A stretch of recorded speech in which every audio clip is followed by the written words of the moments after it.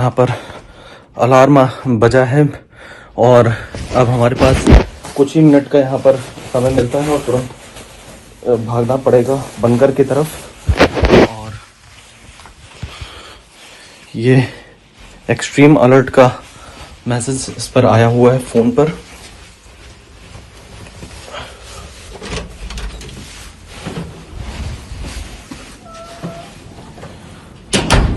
हम इस वक्त तेल अवीव में हैं। रात के यहाँ पर 12:41 हो रहे हैं और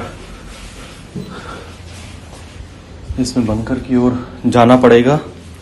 कुछ इसी तरह से लगातार इजराइल में तेल अवीव में हालात बने रहते हैं और ये सायरन बजता है, इसके कुछ ही मिनट में आपको पहुंचना होता है।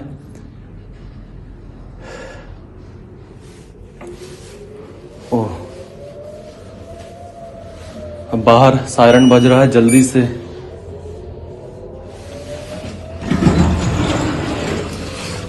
हाय hi, how are you? Same as you. Oh yes. तो देखिए सायरन बजा है और 2 minutes. No panic. 2 minutes, no okay? panic. No Oh, panic. yeah. It's okay. Yeah, I'll yeah. take you there. I'll take you there. Okay. Staan we dit voor je mij? Ja. Mensen raken me niet. Maar it's okay. It's okay. Don't worry. You just follow me, okay? Yes. Where are you from? I'm from India. Okay. And you? I'm from Holland. Oh wow. But you've been here before? Yeah. So no worries. No Yes. We're all good.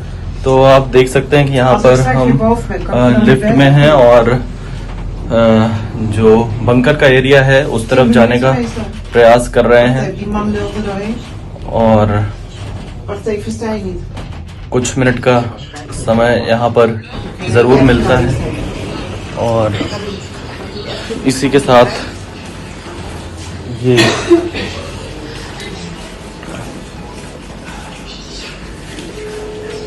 हाय।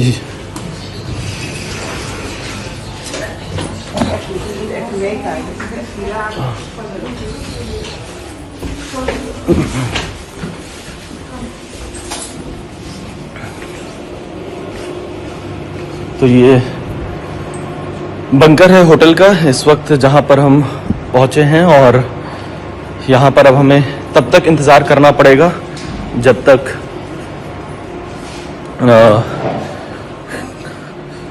दोबारा से message phone पर नहीं आता है कि अब आप जा सकते हैं। ये होटल का बंकर है।